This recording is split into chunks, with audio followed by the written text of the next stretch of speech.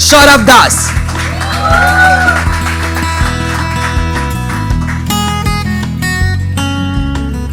After 2 years I'm performing. Oh God. No, it's not first time. It's not first time. Probably it's my 4th-5th times. But yes, I'm reciting this Hindi poetry for the first time. I was always reciting English poetry. So for Hindi, you can give me a huge round of applause. Alright, so मैं बहुत खुश हूँ. मैंने yes बोल दिया finally yes बोल दिया. बहुत खुश हूँ. उसमें हंसने की बात नहीं है. मैंने इंडी हैबिटेट का पोस्ट देखा था, उसमें परफॉर्म करना, मैंने yes बोल दिया. Yes, I want to perform. Alright, so my name of a poetry is अधूरा इश्क एंड इस पोइट्री के सभी पात्र काल्पनिक है. इसका अस्तित्व जीवन से कोई लेना देवा नहीं है. This is a complete fiction poetry. Alright, so no judgments.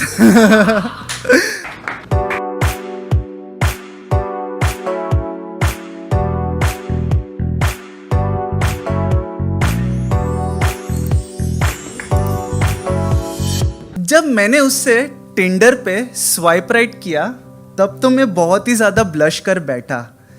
जब उसकी तस्वीर मेरे आंखों के सामने आती थी, मानो पर्वत से उसी की आवाज़ सुनाई देती थी. बस एक ही चीज़ का ख्वाब लगाए बैठा था.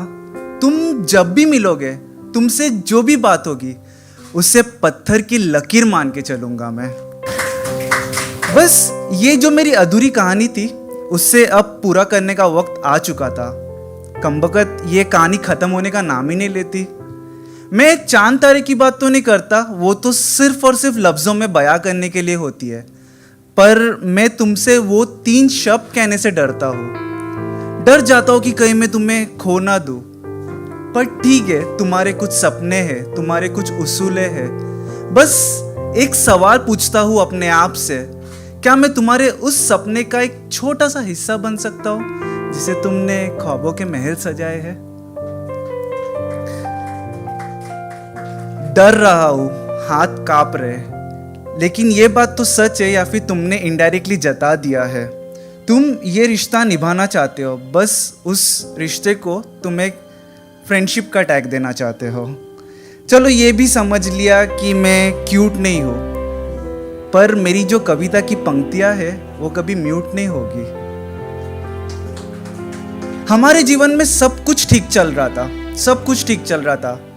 कमबख्त ये कोविड ने हमारे रिश्ते में दरार लाई. ये दूरियां तो मुझसे भी बर्दाश्त नहीं हुई और ये महामारी ने हम सबको रुलाई.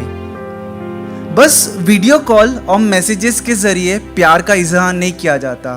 फ़र्क इतना है, ये वन साइडेड लव स्टोरी को इश्क का दर्जा नहीं दिया जाता. और जहाँ तक मेरा मानना है, तुम इस रिलेशन को कपल गोल्स का टैग नहीं दे सकते. ये जो दूरियां रही हमारे बीच में, उसी के अंतर में इस आशिक को कवि बना दिया गया. तुम्हारे इंस्टाग्राम रील्स देख देख के इस आशिक को तुमने फना कर दिया. बस ये कविता की पंक्ति यही समाप्त होती है और इस वक्त मेरे पास लफ्ज़ों में बयां करने के लिए कुछ है नहीं.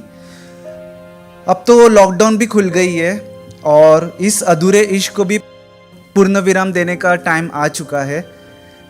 और बस ज़िंदगी भर यही इसी वक्त मैं तुम्हें सरप्राइज करता रहूँ. Thank you so much. That's my time.